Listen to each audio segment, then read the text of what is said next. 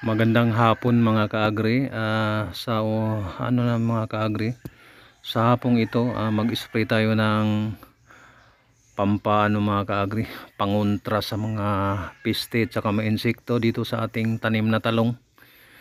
Yan o. Ito yung in-spray natin mga kaagri.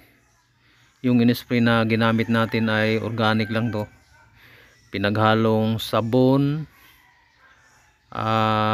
Ang in-spray ko pala talaga mga kaagri ay organic talaga. Hindi ako gumagamit ng yung binibili natin sa tindahan. May sabon to, sili, yung dinurog na na sili mga kaagri.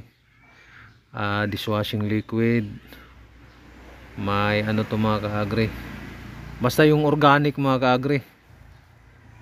May bawang pa to mga kaagri. Tapos yung ng tabako. Saka yung panyawan pala mga kaagri, or makabuhay sa Tagalog or panyawan sa Bisaya mga kaagri.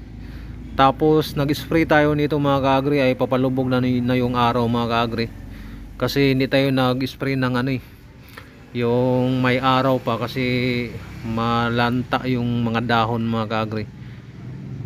Yan, kailangang regular tayong mag-spray para mapuksa yung mga mga kaagri, mga insekto at saka yung peste, kasi yan ang sumisira sa sa bunga ba mga kaagri. Nakita mo naman mga kaagri.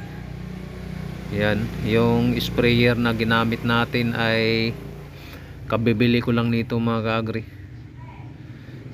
Yan, maganda naman yung mga kaagri, yung ginamit natin na pang spray. Yan, kailangang anuhan natin yung mga dahon, kasi dito namamaha yung mga insekto at saka yung mga peste mga kaagri.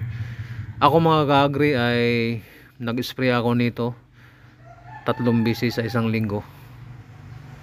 Yan, ito naman sa atin mga kaagri, yung talong naman natin na tinatanim ay hindi natin binibenta to. Ang lang kasi dito ay hindi tayo makabili ba.